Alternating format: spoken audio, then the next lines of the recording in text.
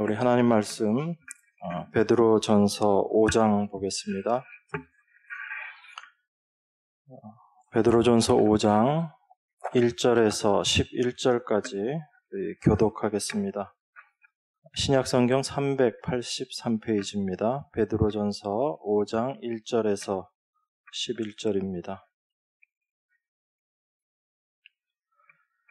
너희 중 장로들에게 권하노니 나는 함께 장로된 자여 그리스도의 고난의 증인이요 나타날 영광에 참여할 자로라.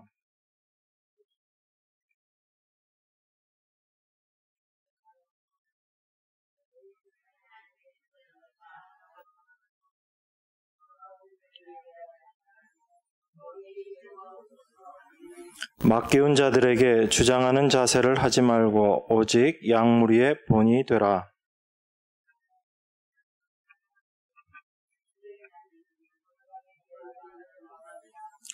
젊은 자들아 이와 같이 장로들에게 순복하고 다 서로 겸손으로 허리를 동이라.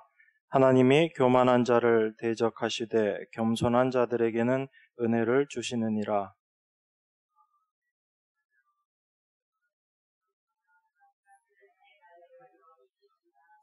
너희 염려를 다 주께 맡겨버리라.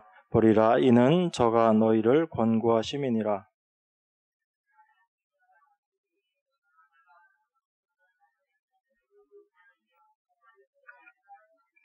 너희는 믿음을 굳게 하여 저를 대적하라. 이는 세상에 있는 너희 형제들도 동일한 고난을 당하는 줄을 알미니라.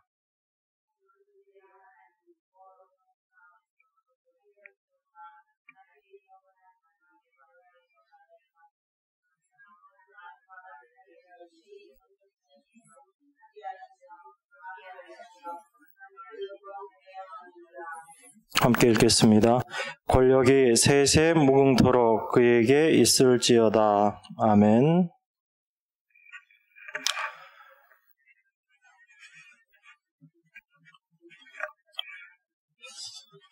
네, 우리가 베드로전서를 계속 보고 있습니다. 이제 거의 마지막까지 왔는데요. 베드로전서가 전체적으로 고난에 대해서 이야기를 하고 있습니다. 그래서 그 고난이 어떤 것인지, 왜 주님께서 우리에게 고난을 허락하시는 것인지, 그러한 것들을 우리가 말씀을 통해서 잘 이해해야지 됩니다. 우리가 이것을 올바로 알지 못하면 우리가 믿음의 길을 가면서도 우리 스스로들이 실족하기가 쉽습니다. 왜 하나님께서 이런 어려움을 나에게 주시는가? 왜 나의 인생은 왜 이렇게 힘이 드는 것인가? 그런 것들로 말미암아 우리가 실족하기 쉬운 것입니다. 8절에도 보니까 너희 대적 마귀가 우는 사자같이 두루다니며 삼킬 자를 찾는다, 그렇게 말하고 있습니다. 이것이 우리 성도들의 현실이거든요. 이 세상은 싸움터입니다. 전쟁터죠. 우리가 그것을 올바로 이해하지 못하면 우리의 삶의 모습이 올바로 받아들여지지 않고 우리가 어떻게 이 세상을 살아야 할 것인가, 그런 부분들에 대해서 오해할 수가 있습니다. 5장은 너희 중 장로들에게 권하노니 이렇게 이야기합니다. 장로들에게 권한다. 요즘 우리가 교회 안의 제도로서의 어떤 그런 장로하고는 좀 다른 개념입니다. 여기서 장로다라는 것은 연장자다, 그런 의미입니다. 물론 그런 그 연장자로서 또 하나님의 말씀을 전하고 교회 안에 있는 성도들을 함께 또 양육해야지 되는 그런 위치에 있는 자로서의 장로, 그렇게 생각할 수 있습니다.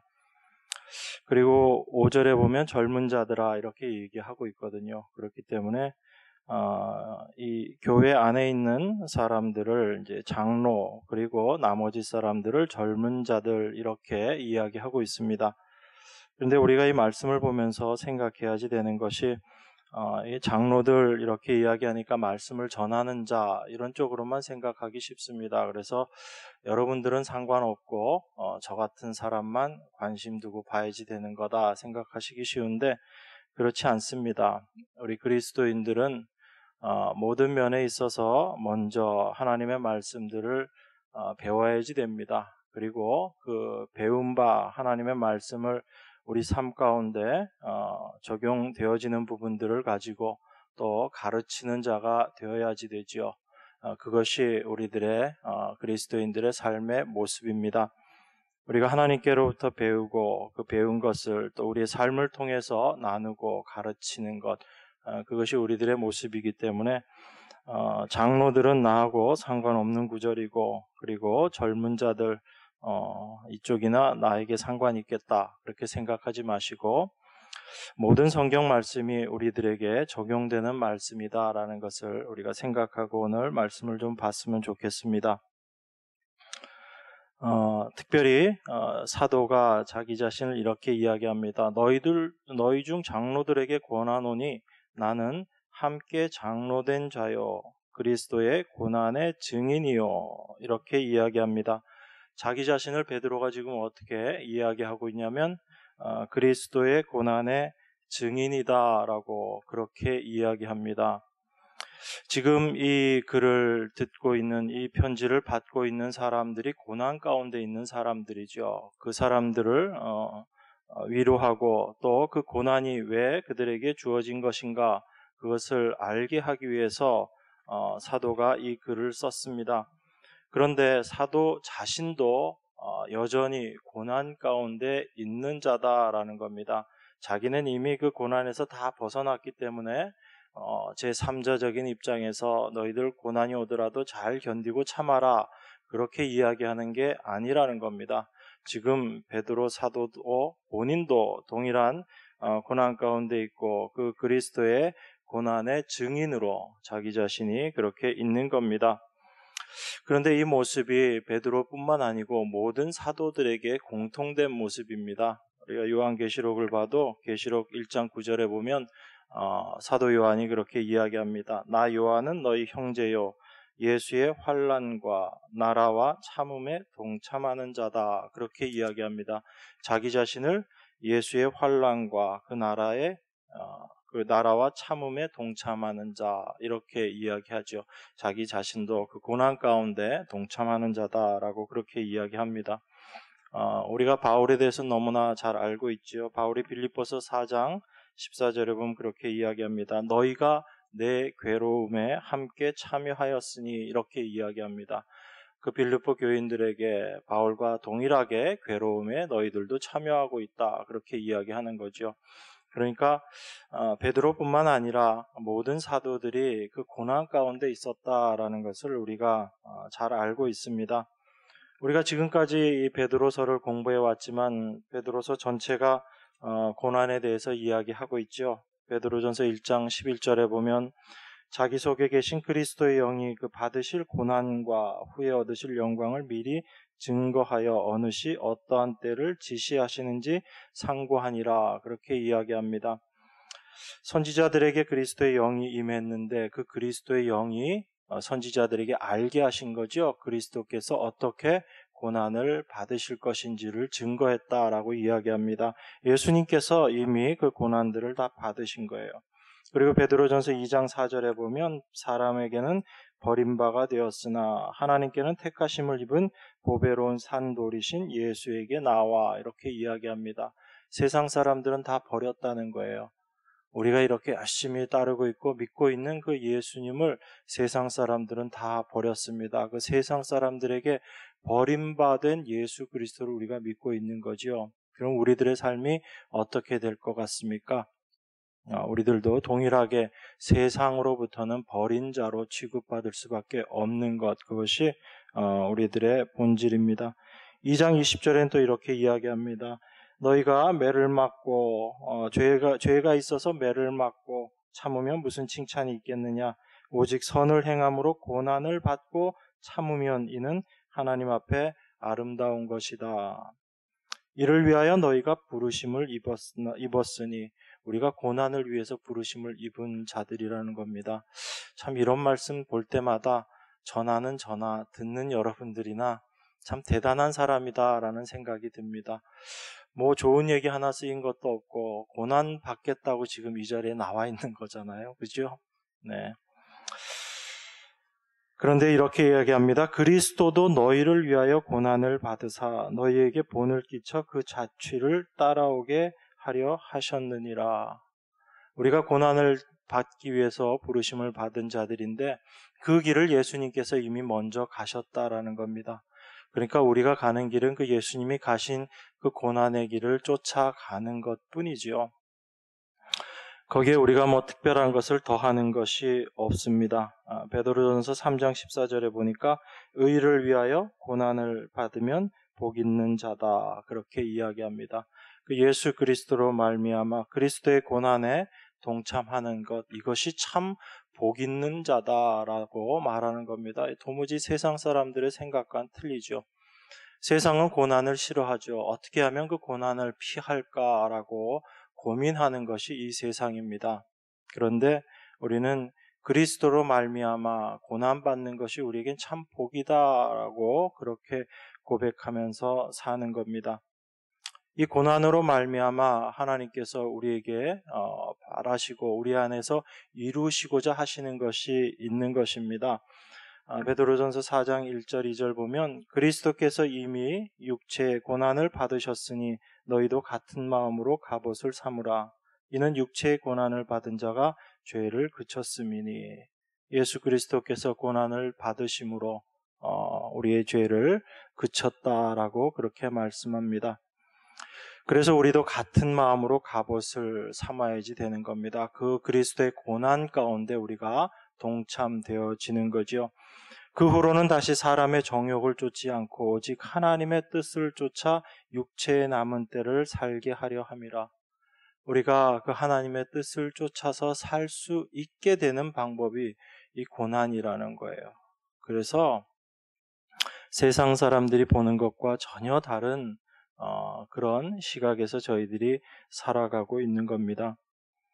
이 고난이라는 것이 고난을 통해서 우리가 무슨 영광을 얻을 수 있다면 참 좋겠는데 오늘 본문 말씀 보니까 그리스도의 고난의 증인이다라고 이야기하면서도 나타날 영광에 참여할 자다 이렇게 이야기합니다. 이 나타날 영광이라고 이야기하거든요. 우리가 이 세상에서 이 영광 누리지 못한다라는 이야기입니다. 우리가 고진감래라는 말 많이 하죠. 어떤 의미죠? 고생 끝에 낙이 온다 그런 이야기잖아요. 세상 사람들은 그런 의미에서 고난을 생각하고 고통을 생각합니다.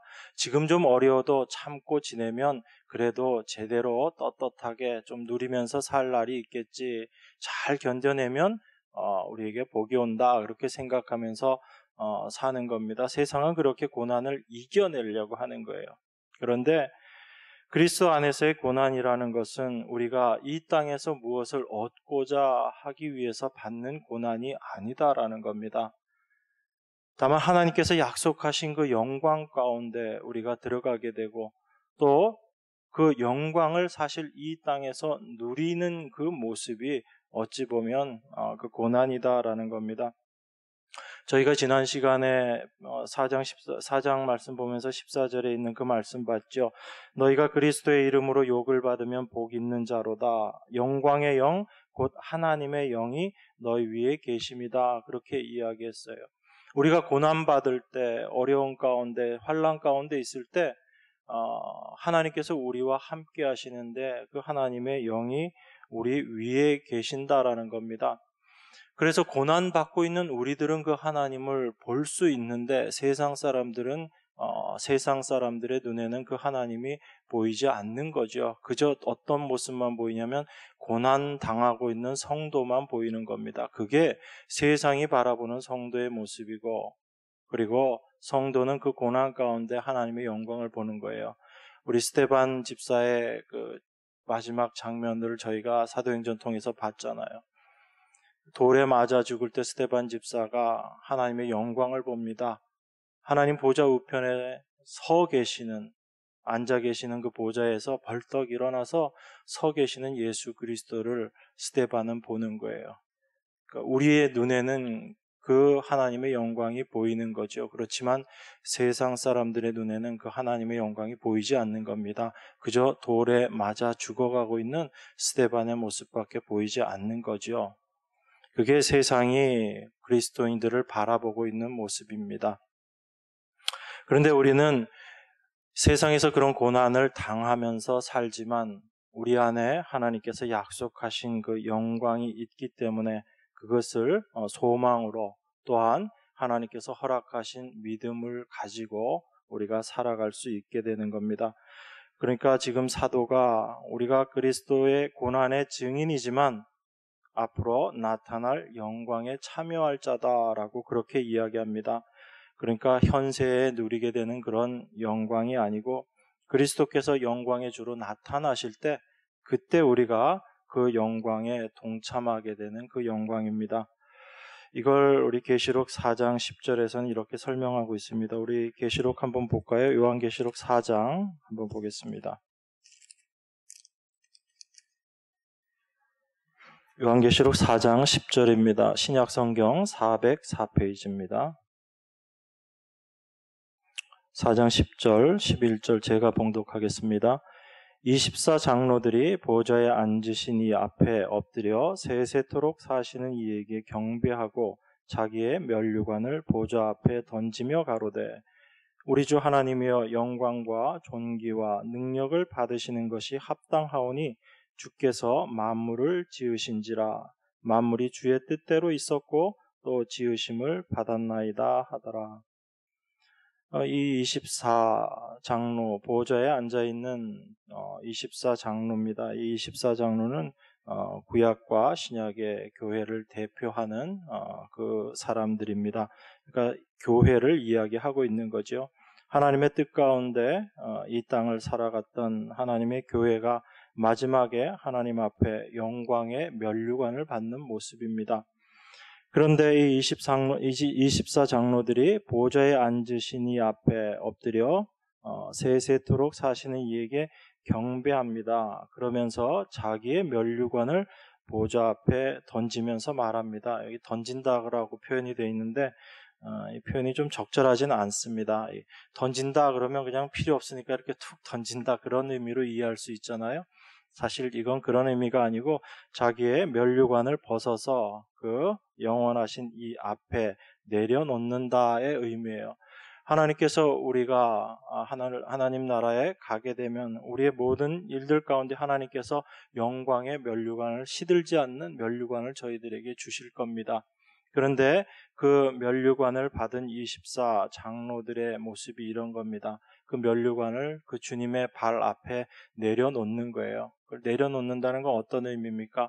내가 이 면류관 받지만 이 면류관 내가 받을 자격 안 되는 사람입니다. 라는 그 고백이지요.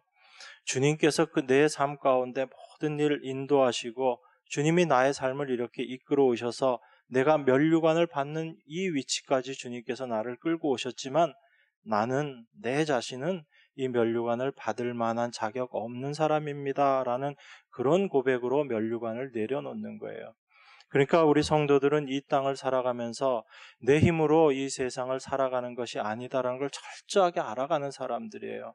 그걸 깨닫지 못하는 사람들이 자기 뜻, 내가 무언가를 이루어내면서 살았다라고 생각하는 사람들이지 참 하나님의 인도하심을 받는 사람들은 내가 무엇을 하더라도 이것이 내 힘, 내 능력으로 된 것이 아님을 아는 자들입니다. 그래서 사도 바울의 고백이 그거죠. 나의 나된 것이 하나님의 은혜다라고 고백할 수밖에 없는 거예요. 하나님이 여러분과 저를 그 자리로 끌고 가시는 거예요. 우리 안에는 여전히 내 자신을 드러내고 싶고 내가 뭔가 하고 싶고 나의 뜻을 이루고 싶은 것들이 아직도 남아있어서 하나님의 뜻과 늘 부딪히지만 하나님이 우리를 어떠한 모습까지 완성시켜 갈 것인가? 하나님의 뜻 안에서는 이미 그 모습으로 완성되었지만 우리들의 삶을 통해서 하나님이 그 자리로 끌고 가신다는 거예요. 최후의 순간에 하나님만이 나의 모든 삶의 주인이십니다. 하나님이 참 구주이십니다라는 그 고백을 우리로 하여금 하게 하시고 최후의 그 면류관조차도 하나님 발 아래 내려놓게 되는 그 하나님의 은혜 가운데 온전히 경험되어지는 삶을 살았다라는 그 고백을 하는 자로 하나님께서 만들어 내시는 거예요. 이것이 우리의 힘으로 되는 것이 아님을 알기 때문에 우리는 더욱더 믿음 가운데 그 소망을 가지고 살아갈 수 있는 겁니다. 이게 참된 소망이에요, 여러분. 여러분과 저의 힘으로 그 모습 만들어 가야지 된다라고 하면 이것처럼 큰 짐이 어디 있나요? 이것보다 더 큰 십자가는 사실 없는 거예요. 그런데 그 모든 일을 주님께서 이미 완성하시고 그것을 이제 우리의 삶 가운데 온전히 이루어지도록 인도하시고 그것을 이루어 나가신다라는 겁니다. 그래서 우리에게 참된 소망이 되는 겁니다. 그래서 이 장로들이 이런 모습으로 하나님 앞에 그 영광의 면류관을 내려놓는 거예요. 그러면서 그들이 이렇게 경배하죠. 찬양합니다. 우리 주 하나님이여 영광과 존귀와 능력을 받으시는 것이 합당하오니 주께서 만물을 지으신지라 만물이 주의 뜻대로 있었고 또 지으심을 받았나이다. 모든 것들이 주님의 뜻대로 이루어진다라는 겁니다. 주님께서 모든 것들을 지으신 그대로 있고 그대로 완성된다라는 의미죠. 우리의 삶의 모습이 그 주님의 뜻 안에 들어가 있는 겁니다. 그러니까 우리가 그것을 믿음으로 바라보게 될 때 우리 안에 참된 소망이 생기는 거죠. 그렇기 때문에 우리가 고난을 당하면 당할수록 우리 고난의 삶을 겪으면 겪을수록 여러분과 저 안에 어떤 것들이 생겨나는가, 고난이 참 은혜다라는 것들을 우리가 알아가는 겁니다. 고난 당하기 전엔 사실 그 고난이 은혜다라는 생각을 못합니다. 그리고 고난 당하고 있는 그 순간에도 우리는 참 그것이 힘들고 어렵다라는 것을 알아요. 그런데 그 시간들을 통해서 하나님께서 우리 자신을 깨닫게 하시고 우리가 어떠한 모습인지를 알게 하시고 그 고난 가운데서도 하나님이 어떻게 우리를 건지시는지를 우리가 경험함으로 말미암아 내 자신이 하나님 앞에 어떻게 서야 하는지를 깨닫게 하시는 그 은혜를 경험하게 되는 겁니다. 그래서 그 고난이 우리에게 참 은혜다라는 것을 우리가 알게 됩니다. 그러한 영광 가운데 저희들이 다 참여할 자입니다. 그런데 이 땅에서는 우리가 그리스도의 고난의 증인으로 살아가야지 된다라는 겁니다. 그래서 2절을 보겠습니다. 너희 중에 있는 하나님의 양무리를 치되 부득이함으로 하지 말고 오직 하나님의 뜻을 쫓아 자원함으로 하며 더러운 일을 위하여 하지 말고 오직 즐거운 뜻으로 하며 맡기운 자들에게 주장하는 자세를 하지 말고 오직 양무리의 본이 되라. 이렇게 이야기합니다. 이 베드로서는 보면 볼수록 베드로 자신의 어떤 신앙 고백이다라는 생각이 듭니다. 자기 자신이 경험하고 지금 처해 있는 그 모습 속에서 권면의 말씀들을 하고 있는 것을 우리가 많이 보게 됩니다. 너희 중에 있는 하나님의 양무리를 치되 부득이함으로 하지 말고, 부득이함으로 한다라는 건 어떤 거죠? 어쩔 수 없이 하는 겁니다. 그냥 시키니까 어쩔 수 없이 싫지만 할게요. 이런 게 부득이함으로 하는 거죠. 아마 베드로 사도만큼 이 말을 하면서 더 실제적인 것을 느끼는 사람이 아마 없지 않을까 싶습니다. 베드로가 그 고난 가운데 주님을 부인했던 그 고통 가운데 있었을 때 부활하신 주님이 베드로에게 찾아오시죠. 찾아오셔서 그 베드로의 그 상처받은 그 마음을, 그 좌절하고 있는 그 마음을 주님께서 다 회복시켜 주십니다. 그리고 나서 베드로에게 하신 말씀이 그거죠. 내 양을 치고 먹이라 라는 그 말씀을 주님께서 하셨습니다. 베드로가 주님이 얼마나 자기를 사랑하는지, 자기는 도무지 주님을 사랑할 수 없지만 주님이 자기에게 사랑이라는 것을 주심으로 말미암아 내가 이제 주님을 사랑할 수 있습니다 라는 그 고백하잖아요. 너가 나를 사랑하느냐라는 그 물음에 주께서 아십니다 라고 고백하는 그 고백이 바로 그 뜻이라고 말씀드렸죠. 나는 절대 주님 사랑할 수 없지만 주님이 주님을 사랑할 수 있는 그 사랑을 나에게 주셨기 때문에 내가 이제 주님을 사랑하는 자 되었습니다. 당신이 그 사랑을 나에게 주셨기 때문에 아시지 않습니까? 라는 그 고백이거든요. 그런 베드로가 주님의 사랑을 받고 나서 그 사랑을 이제 나누는 것이 양무리를 치는 겁니다. 그 베드로의 마음 가운데 부득이함으로 하는 그런 것들이 절대 있을 수가 없겠죠. 그가 받은 사랑으로 말미암아 그 양들을 치는 겁니다. 그러니까 우리가 하나님의 말씀을 나누고 하나님의 말씀을 전하고 그들에게 참 하나님의 사랑을 나누고 전한다라는 것은 우리가 먼저 그 하나님의 사랑을 경험해야지 되는 겁니다. 내가 깨닫지 못하고 알지 못하는 것들을 절대로 우리가 전할 수가 없는 겁니다. 그래서 우리가 그 하나님의 사랑이 무엇인지를 알고 하나님의 뜻이 무엇인지를 알게 되면 우리는 자원함으로 우리의 그 사랑들을 나눌 수가 있는 겁니다. 연약한 자들을 위해서 헌신할 수 있고요. 우리가 봉사할 수 있는 겁니다. 어떤 이익을 위해서, 나의 영광을 위해서 그 일을 하지 않는다라는 겁니다. 우리가 하나님의 말씀을 이야기하고 하나님의 뜻을 이야기하면서도 우리 자신들이 오해하고 또 세상에 전해지는 것들에 대해서도 우리가 많이 오해할 수 있는 부분들이 있습니다. 우리 요한일서 한번 보겠습니다. 요한일서 4장 베드로후서 바로 뒤에 있습니다. 요한일서 4장 1절에서 6절까지입니다.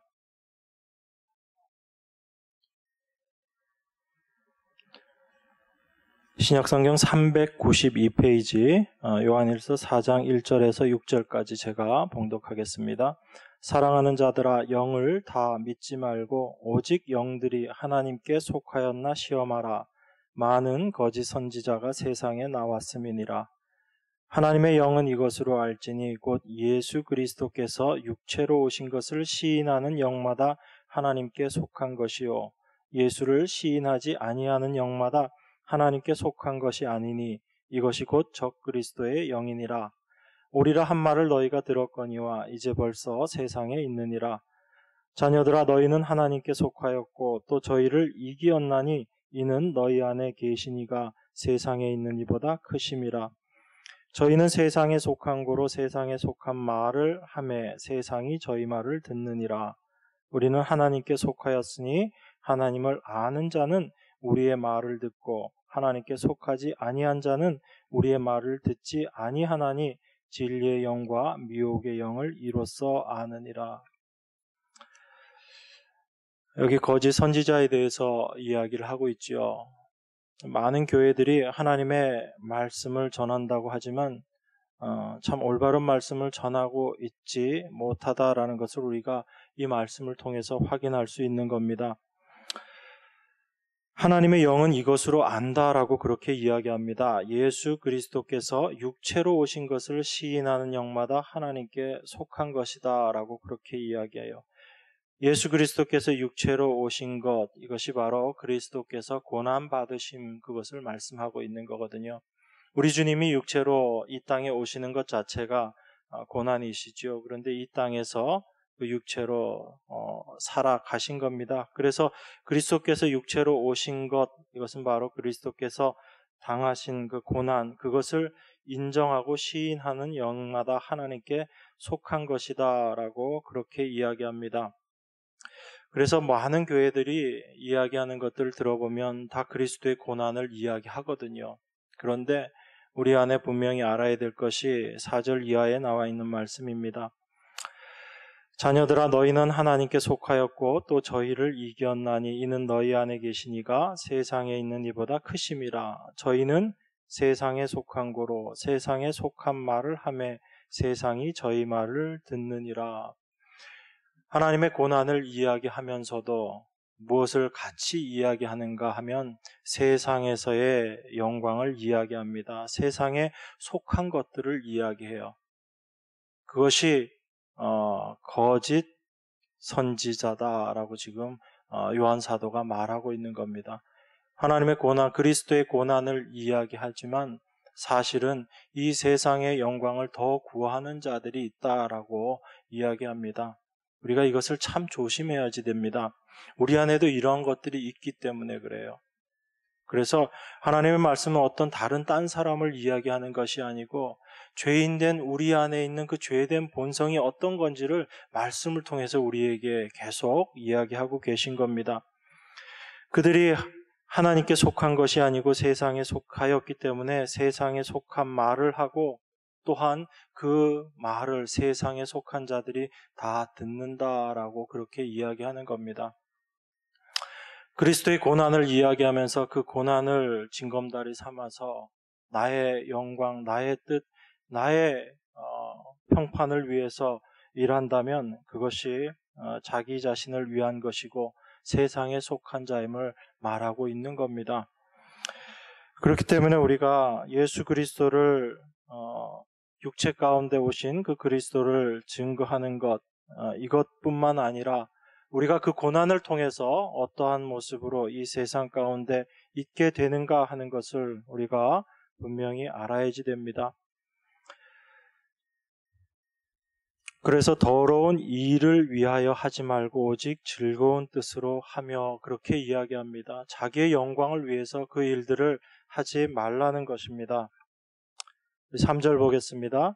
맡기운 자들에게 주장하는 자세를 하지 말고 오직 양무리의 본이 되라 이렇게 이야기합니다. 여러분 여기서 맡기운 자들이다 그렇게 이야기하죠. 이 양무리는 맡기운 자들입니다. 누구의 양이란 이야기예요? 내 양이 아니고 하나님의 양이다라는 그런 의미죠. 그래서 우리가 그 양무리들에게 주장하는 자세를 하면 안 된다라고 이야기합니다. 어떻게 해야지 되는가? 오직 양무리의 본이 되어라 라고 그렇게 이야기합니다. 본이 된다라는 게 어떤 거죠, 여러분? 그 본이 된다라는 것이 자기 스스로도 예수 그리스도의 그 고난의 증인으로 살아간다라는 것, 그게 바로 본이 된다라는 것입니다. 그리고 지금 베드로 사도는 자기 자신도 그 고난 가운데서 있으면서 이 말씀을 쓰고 있는 겁니다. 그 고난을 자기도 철저하게 같이 경험하고 있으면서 지금 이 말씀을 하고 있는 거죠.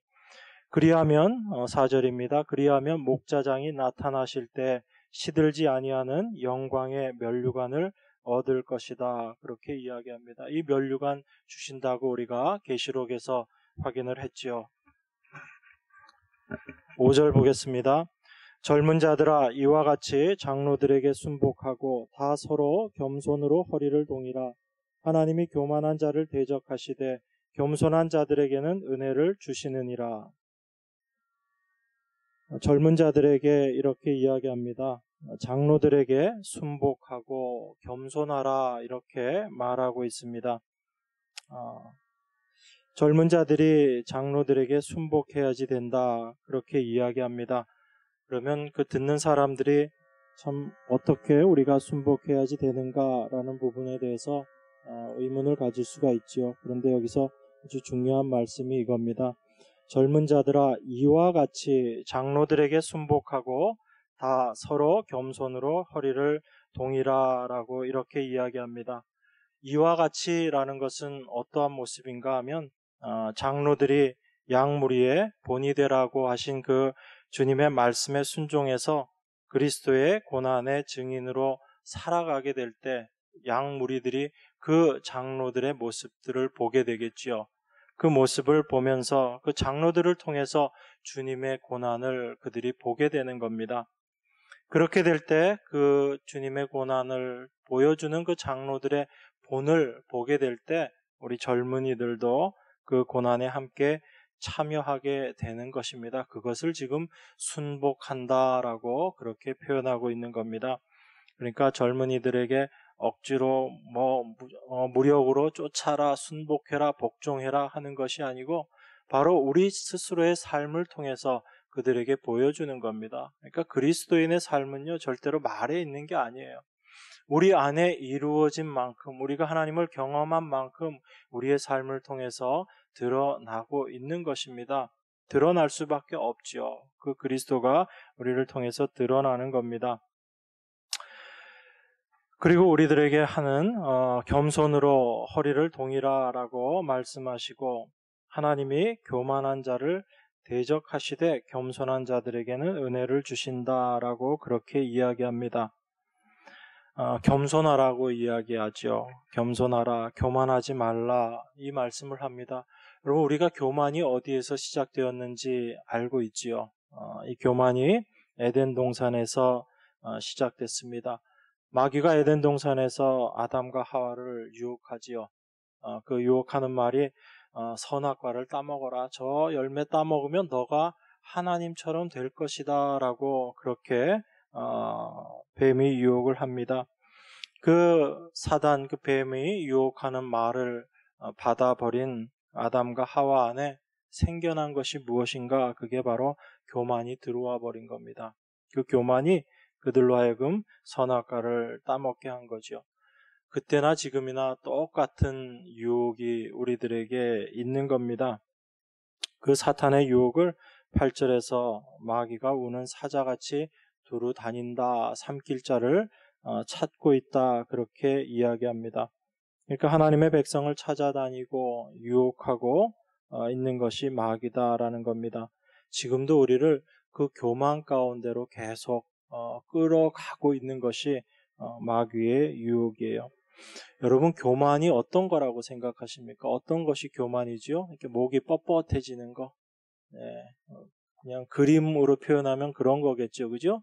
뱀의 목이 뻣뻣한 것처럼 그렇게 뻣뻣한 거, 그걸 우리가 교만이다라고 이야기합니다. 그런데 성경에서 이야기하는 교만, 이것은 어떤 거냐면요, 하나님을 바라보지 않는 것, 이게 교만이에요, 여러분.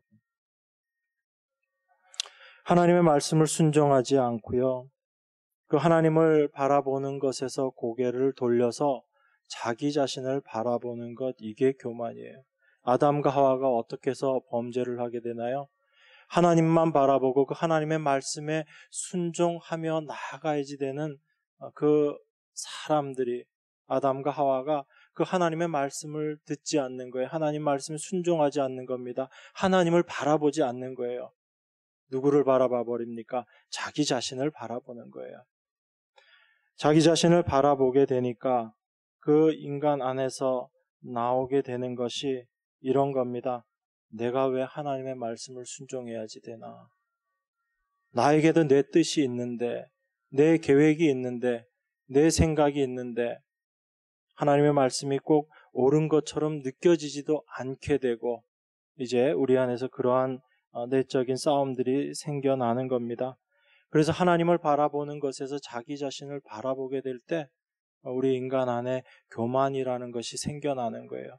그러니까 하나님께로부터 고개를 돌려버리는 것 자체가 이미 교만인 겁니다. 그것을 우리가 아담과 하와의 그 모습을 통해서 지금 우리에게 보여주시는 거예요. 그런데 하나님께서는 교만한 자를 대적하신다라고 말씀하십니다. 이 교만이라는 것 자체, 이게 하나님을 대적하는 거예요. 그래서 우리 잠언에도 보면 그 말씀이 있죠. 눈이 높은 것과 마음이 교만한 것과 악인의 형통한 것은 다 죄다, 이렇게 이야기합니다. 마음이 교만한 것, 이게 죄라는 이야기예요. 교만은 패망의 선봉이다, 그 말씀도 잠언에 있지요. 우리가 이 교만을 단순하게 우리가 일반적으로 생각하는 그런 교만의 의미에서 성경은 하나님의 말씀, 하나님을 집중하지 않고 하나님을 바라보지 않고 내 자신을 바라보는 것, 이걸 교만이다라고 이야기하는 겁니다. 그래서 우리가 우리들의 삶 가운데 어떠한 모습인지, 우리 자신이 어떠한 모습인지를 잘 알아야지 돼요. 여러분, 죄로 말미암아 타락해버리는 우리 인간 안에서 나올 수 있는 게 죄밖에 없지요. 우리가 아무리 내 안에 있는 것들을 꺼집어내서 그것을 가지고 열심히 수고하고 애쓴다라고 할지라도 거기서 나올 수 있는 게 죄밖에 없습니다. 우리가 점점 그거 알아가는 거잖아요. 그래서 그러한 나의 모습을 알게 될 때, 나의 본질이 어떤지 알게 될 때 내 자신을 의지하는 것들에서 자꾸 멀어져 가는 거죠. 그래서 우리가 우리 자신을 의지하는 그것 자체가 성경은 죄다라고 그렇게 이야기하는 거예요. 그래서 하나님께서 우리 자신을 의지하지 않고 하나님만 의지하는 자로 만드시기 위해서 우리에게 그 고난들을 허락하시는 거예요. 그러니까 이 고난이 참 그때는 너무나 힘들고 어렵지요. 사실은 저희들도 늘 그렇잖아요. 고난 피하고 싶죠. 고난아 와라 라고 그렇게 이야기하는 사람 없잖아요. 그런데 하나님께서는 그 고난을 통해서 당신의 뜻을 이루어내시는 겁니다. 성경에서 제일 고난에 대해서 많이 이야기되고 있는 사람이 욥이죠. 우리 욥기를 잠깐 보면서 고난에 대해서 좀 더 생각해 보겠습니다.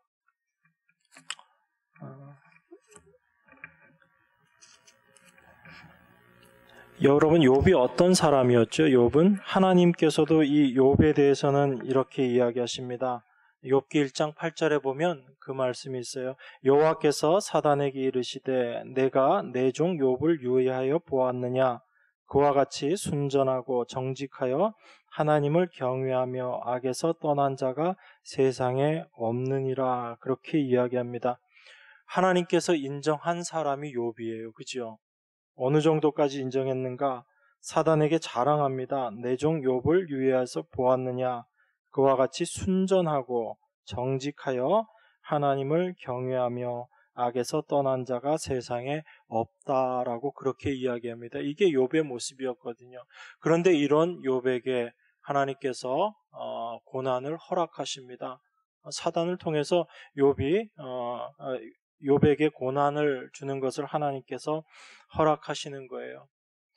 이 모든 고난들을 다 겪고 나서 최종적으로 욥이 한 고백이 어떤 거였어요? 우리가 너무나 잘 알고 있죠? 그 고백이 어떤 거였죠?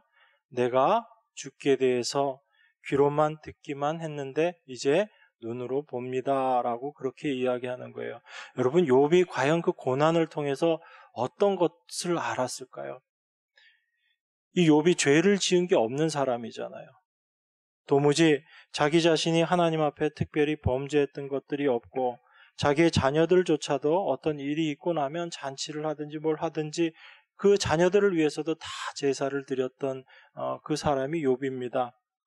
우리가 생각하기에 도무지 어떤 죄를 지은 것 같지 않은 사람이 욥이었는데 하나님께서 그 욥에게 고난을 허락하심으로 말미암아 욥이 이제 하나님을 올바로 보게 됩니다라는 그 고백을 하는 거예요. 욥기 38장에 보면 이렇게 이야기합니다. 하나님께서 욥에게 나타나셔서 이렇게 말씀하세요. 무지한 말로 이치를 38장 2절입니다. 무지한 말로 이치를 어둡게 하는 자가 누구냐? 너는 대장부처럼 허리를 묶고 내가 내게 묻는 것을 대답할지니라. 내가 땅에 기초를 놓을 때 내가 어디 있었느냐? 내가 깨달아 알았거든 말할지니라. 이렇게 이야기합니다. 욥이 자기 자신은 자기 스스로도 하나님 앞에 자기가 죄 지은 것은 없다라고 생각하고 있었어요. 그래서 그 친구들과의 논쟁 가운데서도 욥이 옳은 이야기를 합니다. 그렇지만 하나님 앞에 최종적으로 하나님께서 욥에게 하시는 말씀이 이거죠. 단 한마디를 하시는 겁니다. 내가 땅에 기초를 놓을 때 내가 어디 있었느냐, 이 한마디를 하시는 거예요.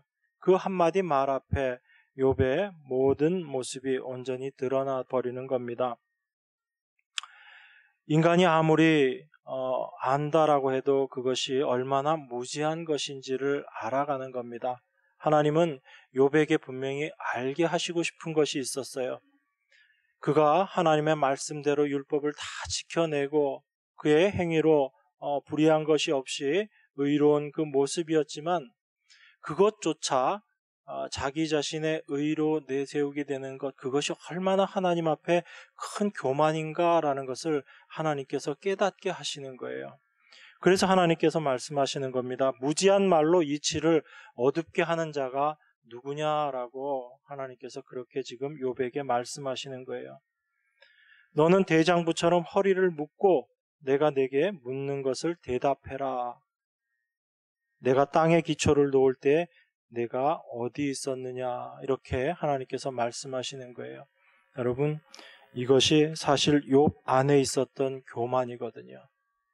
하나님 앞에 그 어떤 것들로도 범죄한 것이 없었지만 욥은 자기 자신의 의를 의지하고 사람들 앞에 서 있었던 모습이에요. 하나님께서 그것을 지금 깨치시는 겁니다. 욥에게 그 말씀하시는 거예요. 자기 행위를 의지하고 있었던 그 욥에게 하나님께서 그 고난들을 다 허락하시면서 그 고난의 끝자락에 말씀하시는 겁니다. 내가 땅에 기초를 놓을 때 너가 어디 있었느냐. 그것이 인간의 한계라는 겁니다. 그게 우리들의 본질의 모습이에요. 하나님께서는 그것을 욥에게 알게 하시고 그 말씀을 들은 욥이 하나님 앞에 자기가 교만했다라고 이야기합니다. 42장 보겠습니다. 욥기 42장.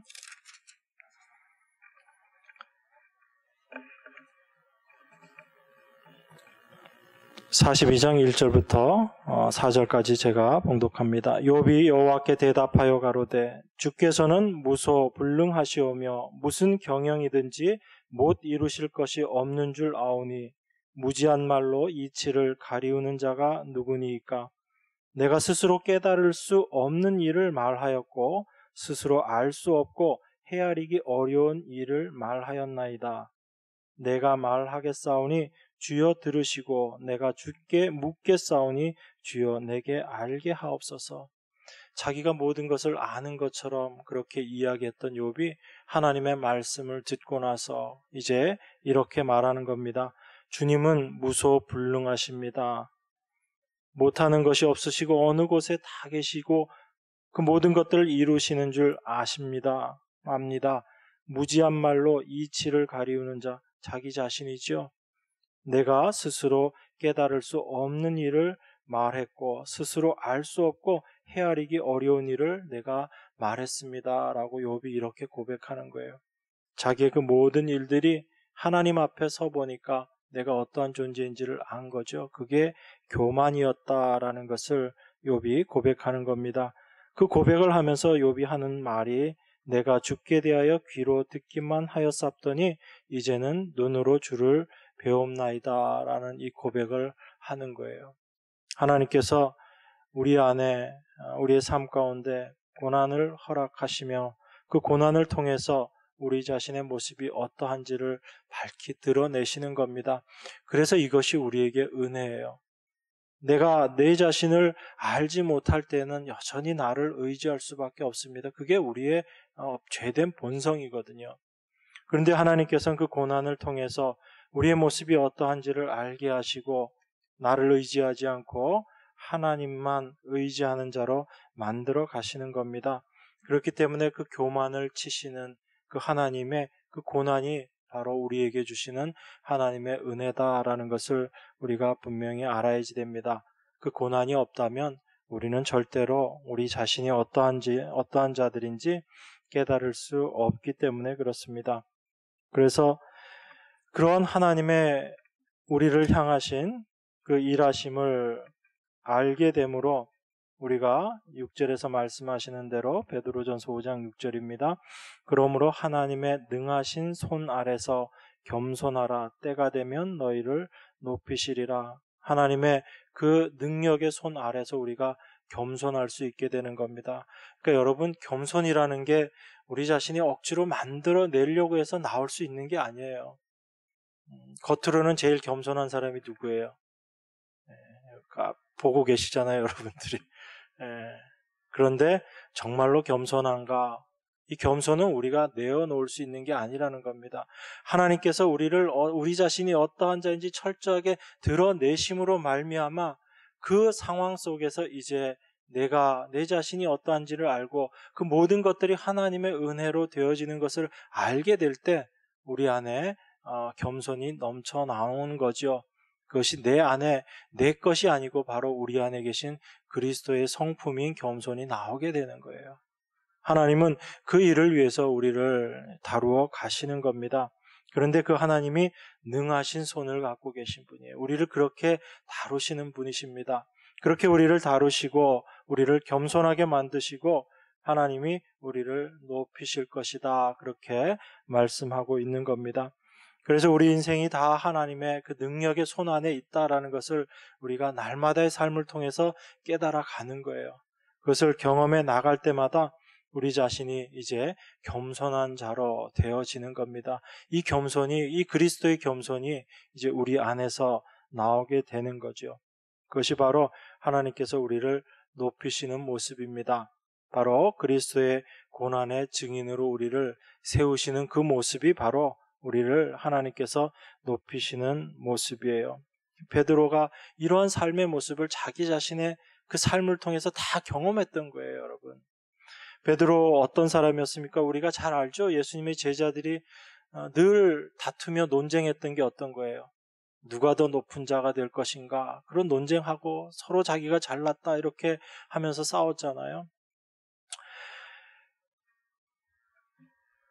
그런 베드로였기 때문에 아마 예수님께서 십자가에 달리셔서 죽으셔야지 된다라고 말씀하실 때 예수님을 말리시는 거죠. 그리하시면 안 됩니다라고 베드로가 이야기하잖아요. 그때 예수님께서 사단아 물러가라 그 말을 하는 겁니다. 왜 베드로가 주님 죽으시면 안 됩니다 그렇게 했을까요? 주님 죽으시면 안 되죠. 왜냐하면 주님이 왕 되어야지 자기도 한 자리 하는데 여전히 세상의 것들을 추구하고 있었던 베드로의 모습이었거든요. 그런데 그런 베드로에게 주님께서 사단아 물러가라 라고 말씀하셨던 겁니다. 그리고 그 베드로의 모습을 하나님께서 철저하게 다루시는데 그러면 자기 죽는 자리까지라도 내가 주님 쫓아가겠습니다. 그렇게 베드로가 이야기했지만 주님은 너가 날 부인할 거다 그렇게 이야기하시죠. 그러면서 그 베드로가 그 어린 계집종 앞에서 우리 주님을 저주하면서 부인합니다. 그것이 베드로의 모습이었거든요. 철저하게 자기 자신이 높아지려고 했던 그 마음들 주님께서 다 깨트려 버리시고 그를 정말 낮은 자로 만들어 버리신 거예요. 근데 그 모습을 통해서 주님께서 이제 베드로를 쓰시는 겁니다. 그래서 우리 잘 알고 있는 요한복음 21장에 나와 있는 그 주님의 그 말씀이 있죠. 내가 스스로 띠뛰고 그렇게 높은 자리에 오르려고 했지만 너 젊었을 때는 너 스스로 띠뛰고 그렇게 살았지만 너가 늙어서는 오히려 두 팔 벌리고 남이 너를 띠띠우고 끌고 갈 거다 그렇게 얘기했어요.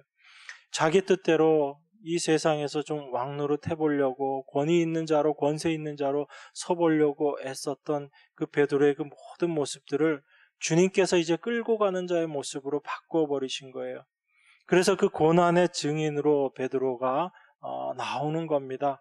그러한 삶을 살았던 베드로가 그 자기가 원하지 않았던 그곳으로 끌려서 가봤는데 그곳이 십자가의 자리였다는 거예요. 그런데 그 십자가의 자리가 정말 영광의 자리였다라는 것을 베드로가 지금 고백하고 있는 겁니다.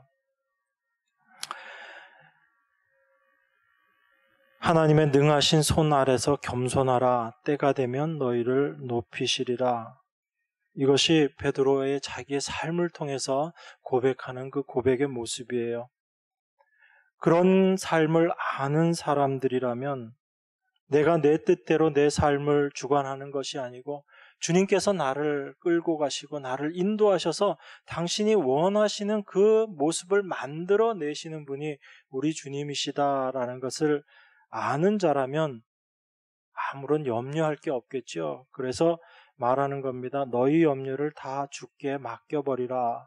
이는 저가 너희를 권고하심이라 너희를 돌보심이다 라는 이야기입니다.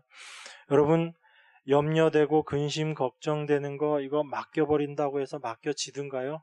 나 이제 맡겨야지 돼. 그러면서 안 맡겨진다고 고민하고 근심하고 계시잖아요. 근데 어떻게 해야지 우리가 이 염려에서 벗어나게 돼요? 어떻게 해야지 이 근심에서 벗어나게 됩니까?